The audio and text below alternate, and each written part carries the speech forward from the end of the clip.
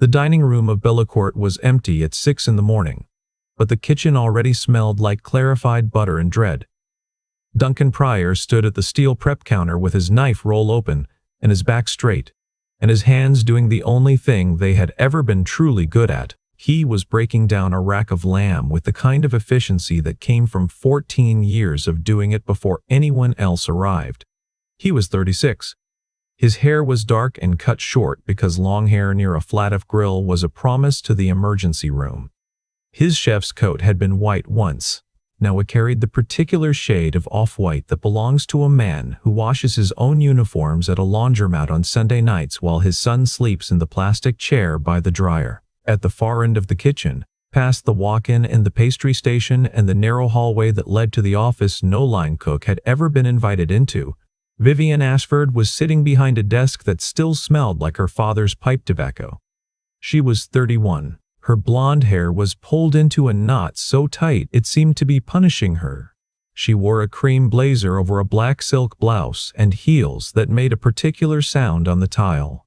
A sound the kitchen staff had learned to identify the way animals learn to identify a hawk's shadow. She had inherited Bellecourt and its 3 sister restaurants 11 months earlier, after her father, Raymond Ashford, suffered a stroke on the line during a Saturday dinner service and never came back to the pass. Raymond Ashford had built Bellecourt over 26 years. He was not a famous chef. He was a consistent one. His menus changed with the seasons, not with the trends. He knew the name of every dishwasher. He tasted every sauce before it left the kitchen, and when he found one that was off, he fixed it himself instead of shouting. The regulars came back because they trusted him the way people trust a family doctor. The food was honest. The prices were fair. The dining room was warm and the bread was always fresh. And Raymond once turned down a franchise offer because he said a restaurant that needed a second location had already forgotten the first one. Vivian had not understood that sentence at the time. She understood spreadsheets. She understood brand positioning. She had an MBA and a vision for what Bellecourt could become if it stopped being her father's comfortable neighborhood holdout and started competing with the modern American restaurants collecting press in Manhattan and Chicago. She wanted tasting menus. She wanted a redesign. She wanted a beverage director with a following and a publicist who could get the name into national food magazines. She wanted the Michelin inspectors to walk through the door and find something worth remembering. In her first 11 months, she had fired the longtime pastry chef for refusing to switch to a plated dessert format. She had replaced the dining room furniture with minimalist oak and frosted glass. She had doubled the price of the presbyxy. She had brought in a consulting chef from Portland named Thayer Gill, who spoke about food as though it were installation art and who had, on his 3rd day, thrown away a batch of Duncan's braised short ribs because the presentation was, in his word, nostalgic.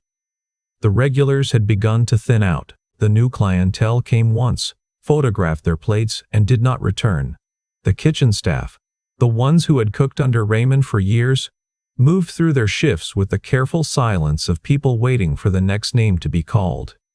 Duncan Pryor was not a man who made noise. He had been sous chef at Bellecourt for 9 years. Before that, he had worked the line at a hotel kitchen in Pittsburgh. And before that, he had cooked at a diner in Wheeling, West Virginia, where the owner paid him in cash and taught him how to make a roux that could survive a lunch rush. He had never been to culinary school. Everything he knew, he had learned by standing next to someone who knew more and paying attention. Raymond Ashford had hired him after tasting a single plate, a pan-roasted chicken with a sauce built from nothing but drippings, shallots, white wine, and patience. Raymond had looked at the plate for a long time and then said, "You cook like someone who's been feeding people, not impressing them. I need that." Duncan had a son. His name was Theo. He was 8 years old and had his father's dark hair and his mother's serious eyes. His mother's name had been Claire, and she had died in a car accident on the January night when Theo was 3. The other driver had run a light. Claire had been coming home from the pharmacy with children's Tylenol because Theo had a fever. Duncan had been at the restaurant. He found out from a police officer who came to the kitchen door during the middle of service. He finished plating the ticket in front of him before he understood what the officer had said. After Claire died, Duncan's world compressed into a shape that fit exactly 2 people. He woke at 5. He packed Theo's lunch. He drove him to school. He arrived at Bellecourt before the morning prep crew and stayed until the dinner rush ended, unless it was a night when he could not find someone to stay with Theo, in which case he left at 6 and finished his prep notes from the apartment. He never complained. He never asked for special treatment. He simply arranged his life around the hours, the way a river arranges itself around rocks. The other cooks respected him for it. Raymond had respected him for it. Vivian did not. To Vivian, Duncan was a symbol of everything she was trying to leave behind. He did not plate with tweezers. He did not use foams or gels or spherification. His sauces were built from stocks that took 16 hours. His roasts were timed by instinct, not by thermometer. He left the kitchen every night that he could to be home when Theo went to bed. She read that as a lack of commitment. She did not know that Duncan had once driven back to the restaurant at midnight after Theo was asleep with the neighbor watching, to re-season a cast-iron pan that a new line cook had put through the dishwasher. She did not know because Duncan did not report things like that. He simply fixed them. The morning everything changed was a Tuesday in early March. Vivian had called a meeting in the private dining room. The full kitchen staff, the front of house manager, the beverage director, and Thayer Gill were all present. Duncan arrived from school drop-off 4 minutes late. He stood at the back. Vivian began with the numbers. Reservations were down 19%. The food cost had risen because the new menu required high-end sourcing. The consulting fee for Thayer was, in Vivian's careful phrasing, a forward investment. She needed to restructure.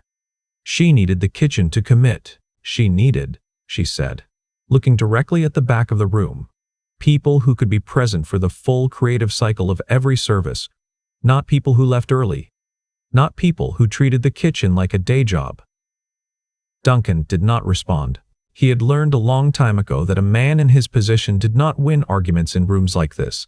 He won them at the stove. Then a small voice carried through the doorway from the hall. "Dad?"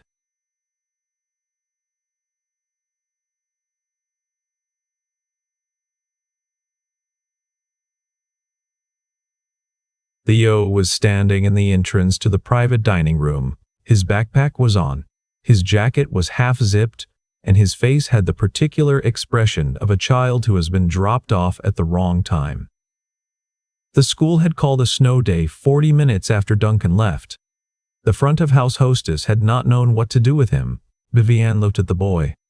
Then she looked at Duncan. She did not soften. "This," she said, "is exactly the problem." The room went still. Thayer examined his phone. The line cooks stared at the floor. The pastry cook, a woman named Dina, pressed her lips together so hard they went white. Vivienne told the room that Bellecourt was entering a new phase. The kitchen needed professionals who could be fully dedicated. She was eliminating the sous chef position and bringing in a new executive sous through Thayer's network. Duncan's last day would be Friday. Duncan looked at his son. Theo looked back at him with eyes that understood more than an 8-year-old should. Duncan did not argue. He did not raise his voice. He walked across the dining room, took Theo's hand, and led him out through the kitchen. He stopped at his station only long enough to roll his knives into the canvas wrap. The wrap had been a gift from Claire. She had ordered it online and had his initials stitched into the corner in dark thread. He tucked it under his arm. He did not look back. The drive home went through the old part of the city where the brick buildings had been factories once, and now held nothing but pigeons and old signage. Theo sat in the back seat with his backpack in his lap. "Dad," he said. "Yeah, bud. Did you get in trouble because of me?" That sentence hit Duncan somewhere below the sternum and stayed there. He pulled the car to the curb. He turned around in his seat. Theo's eyes were wet, but he was not crying. He was holding it the way his father held things. "No," Duncan said. "You did nothing wrong. Not one thing. A person who treats someone badly for being a father isn't someone I need to work for. Are you going to get another job? I'm going to figure something out. Theo looked at him for a while. Mom always said you could cook anywhere. Duncan turned back to the wheel. He drove the rest of the way home with the windows down and the March air filling the car with the smell of wet pavement and old snow. That night, after Theo was asleep, Duncan sat at the kitchen table with a notebook. It was the same notebook he used for recipe development, the pages spotted with grease and pencil marks. He turned to a clean page. He stared at it for 20 minutes. Then he wrote a single word at the top. Hearthstone. The next morning he drove east, past the commercial stretch, past the highway overpass, into a neighborhood that had once been the working center of the city. There was a building on Elm and 9th that he had driven past 100 times. It had been a diner in the 70s, a tax office in the 90s, and nothing at all for the last 6 years. The windows were boarded. The awning had collapsed on one side. The parking lot had 3 potholes deep enough to lose a shoe in, but Duncan knew the building the way a carpenter knows a warped board that still has good grain underneath. He had looked at it every time he drove by. The footprint was right.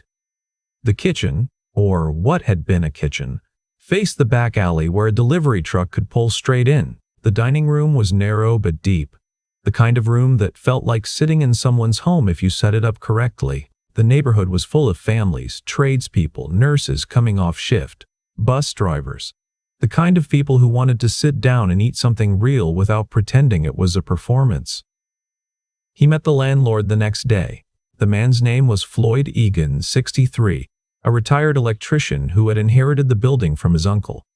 Floyd had been trying to lease it for years. He was tired of it. Roof needs patching, Floyd said. Roof needs trap hasn't been serviced since the Clinton administration. The hood system is shot. If you're thinking restaurant, you're thinking headache. Duncan nodded. I know. How much to lease with an option to buy? Floyd looked at him. You got financing? Not yet. Floyd almost walked away. Then he looked at Duncan's hands. They were the hands of a man who worked. Nick knuckles, a small burn scar on the left wrist, calluses in the places where a knife handle sits. My uncle ran a lunch counter here for 22 years, Floyd said. Never missed a day. Never served a bad plate. Died in that kitchen. I'd rather this place go to a man who cooks than a man who invests. He named a lease figure that made Duncan blink. It was low. Not charity low. Respect low. Duncan did not have enough money even for that.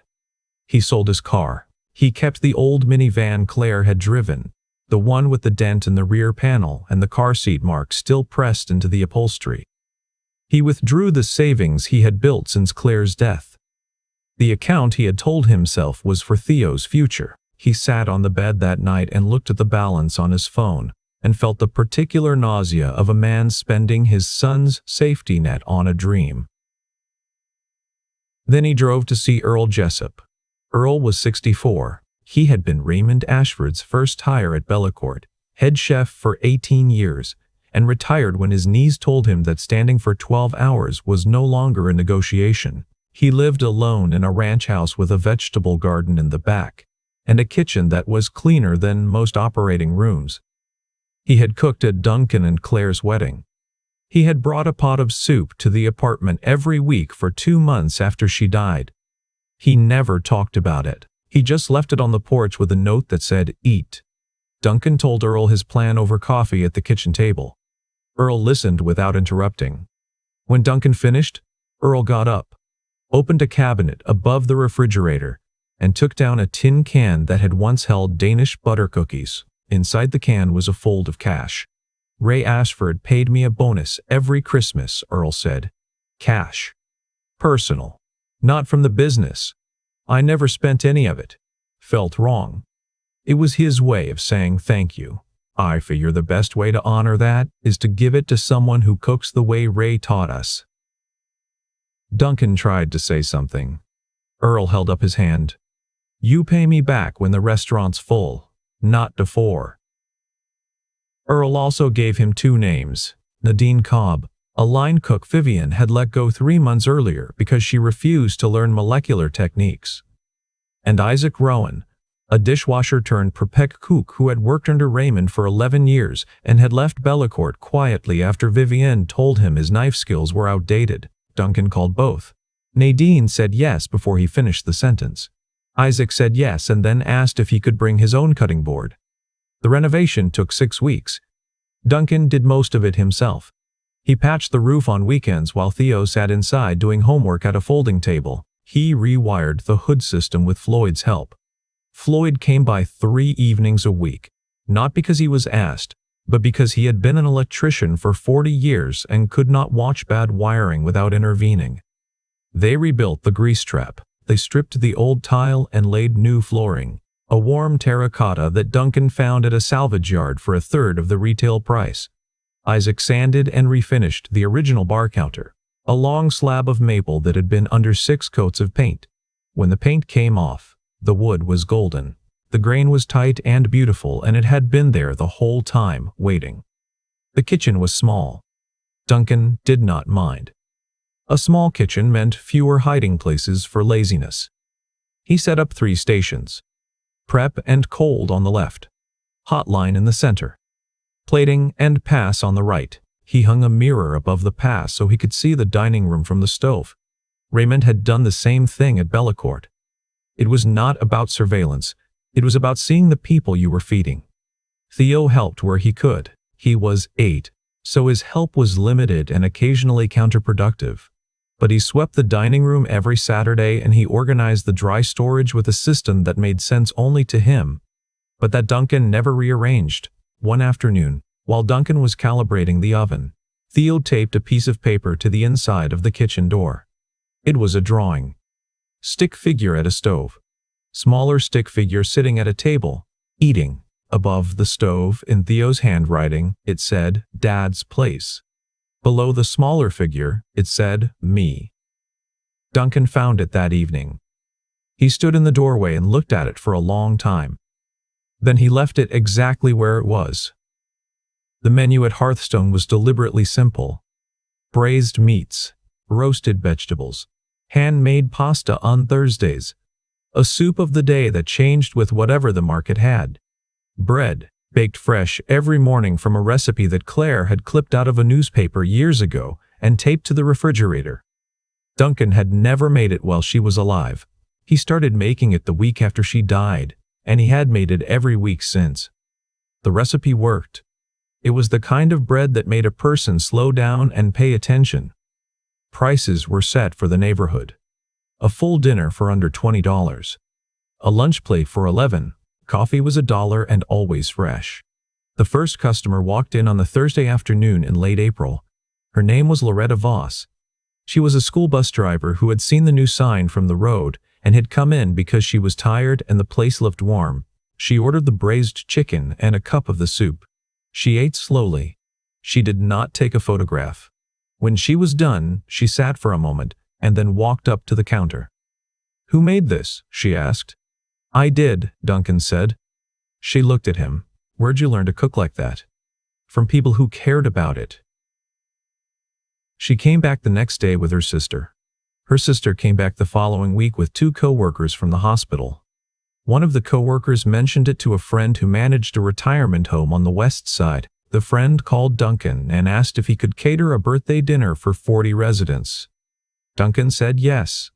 He and Nadine and Isaac worked until 2 in the morning. They delivered the food in the minivan. Every plate came back clean. Hearthstone did not advertise. It grew the way a good reputation grows, one conversation at a time, passed between people who had eaten something that made them feel like someone had paid attention.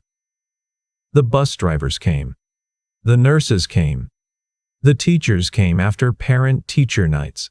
A plumber named Gareth started coming every Friday and always ordered the same thing and always left a 20% tip, and once fixed a leaking faucet in the bathroom without being asked. Within 3 months, the dinner service was full on weekends. Within 4 months, Duncan had to add a second prep shift. He hired 2 more cooks. Both of them people who had worked in kitchens for years and had been told by newer, trendier establishments that their skills were no longer relevant.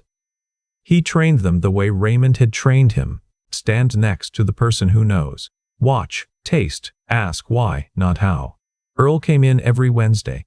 He sat at the bar and ordered whatever was on special and never once told Duncan what to do. Sometimes, after the dining room cleared, he stayed and they talked about Raymond, about the way a kitchen is supposed to feel, about the difference between cooking for approval and cooking for people. One night Earl said something Duncan wrote down on a napkin and later taped to the wall next to Theo's drawing. A restaurant's not a stage, it's a table, and the only thing that matters is whether the person sitting at it feels like they belong there. Vivian heard the name Hearthstone for the first time in September. A food writer for the city paper had published a brief review. The review did not use the words innovative or conceptual. It used the word necessary. It said the braised lamb shoulder was the best plate of food the writer had eaten all year, and it cost $14. The review mentioned that the chef was a former sous at Bellecourt. Vivian read it twice. Then she pulled up the business filings. She saw the address. She recognized the neighborhood. She saw the names of the staff. Nadine Cobb. Isaac Rowan. The people she had let go. She sat in her father's office and felt something she had not allowed herself to feel since she took over the restaurant. She felt the floor shift underneath her confidence. Bellecourt's numbers had continued to slide. The new menu confused the old regulars and did not excite the new ones. Thayer Gill's consulting contract expired, and he left for a project in Austin without saying goodbye. The beverage director followed him a month later. The kitchen staff, the ones who remained, cooked with the mechanical competence of people who no longer felt ownership of what they were making. The thing that finally broke it open was the Hargrove Award. The city's annual restaurant recognition, voted on by a panel of local food writers, chefs, and community members. It was not a national prize. It was a local one. But in this city, it mattered. It was the award Raymond Ashford had won 3 times and displayed on a shelf behind the bar at Bellecourt, next to a photograph of his first kitchen crew. The nominees were announced in October. Bellecourt was not on the list. Hearthstone was. When the news reached Vivian, she did not shout. She did not call her lawyer. She sat alone in the dining room of the restaurant her father had built, and looked at the frosted glass tables and the minimalist light fixtures and the empty reservation book, and felt the weight of every decision she had made since she took the chair. The awards dinner was held on a Saturday evening in November in a hotel ballroom downtown. Duncan almost did not go. He did not own a suit. Earl lent him one. It was slightly too large in the shoulders and smelled faintly of cedar, and Theo told him he looked like a detective from a movie, which Duncan chose to take as a compliment.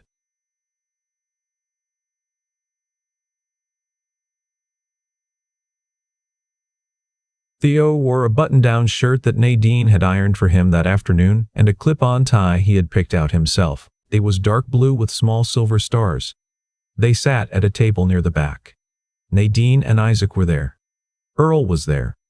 Floyd Egan was there because Duncan had invited him, and Floyd had said he had not worn a tie in 8 years and was not sure he remembered how. When the announcer read the name Hearthstone, Duncan did not stand right away. He looked at Theo first. Theo was grinning. It was the unself-conscious grin of a boy who has watched his father work and believes completely that the work was worth it. Duncan walked to the front of the room. He accepted the award. He did not give a long speech. He said that the restaurant was named Hearthstone because a hearth is the place in a house where people gather, and a stone is what holds it up when everything else shifts. He said that he had learned to cook from a man named Raymond Ashford, who believed that food was not a performance but a responsibility. He said that everything good about his kitchen had been built by people who had been told they were no longer needed, and who had proved, quietly, that the world was wrong. He looked at the back of the room. He saw Theo sitting between Earl and Nadine, the clip-on tie already crooked, the grin still wide. He thought about Claire. He thought about the knife roll with his initials stitched into the corner. He thought about the first morning he had walked into the building on Elm in Ninth and seen a broken awning and a cracked parking lot, And underneath all of it, the bones of something that could hold. "And I want to thank my son," he said, "who reminds me every day why any of this matters." He walked back to the table.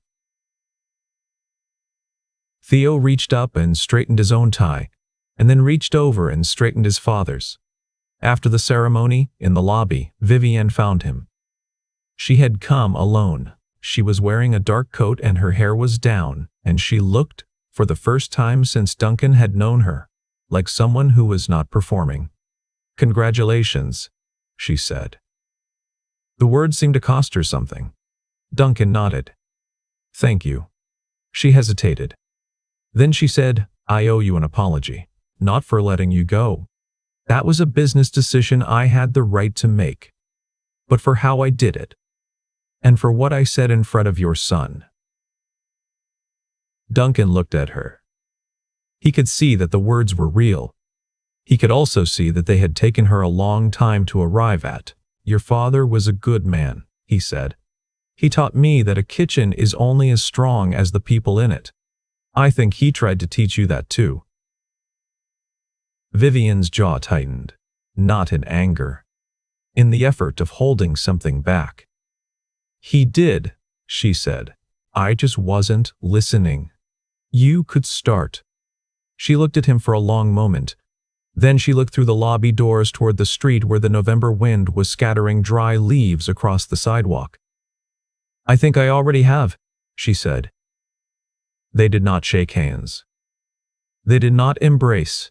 They simply stood in the quiet lobby of a hotel ballroom while the city moved outside. And for a moment, the distance between them was not a wall. It was a window. In the months that followed, Vivienne made changes at Bellecourt. She brought back the seasonal menu. She rehired 2 of the line cooks her father had trained. She removed the frosted glass tables and replaced them with warm oak, not because it was a trend, but because people ate differently when the table felt like it belonged in a home. Bellecourt did not return to what it had been under Raymond. It became something new, built on the foundation he had laid in the lesson his daughter had finally been willing to learn. Hearthstone grew, but not fast. Duncan did not want fast. He wanted steady. He added a weekend brunch. He started a program where local high school students could work the prep station after school, learning knife skills and stockmaking, and the quiet discipline of feeding people well. 2 of them, over the next year, would go on to culinary school. One of them would come back, on a cold evening in December, a year and a half after the building on Elm and Ninth had been nothing but boarded windows and a broken awning. Duncan locked the front door after the last customer left. The dining room was dim.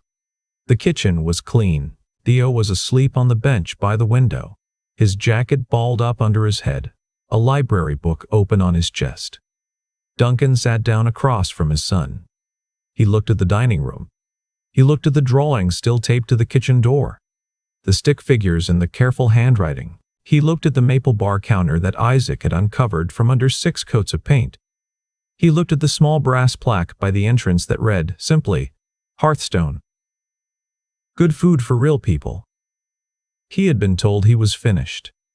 He had been told he lacked commitment. He had been told, in a room full of people who said nothing, that being a father was a liability. He reached across the bench and pulled Theo's jacket up over his shoulders. The boy stirred. He did not wake. Outside, the first snow of the season began to fall on Elm Street. It covered the parking lot and the new awning and the rooftop that Duncan had patched with his own hands.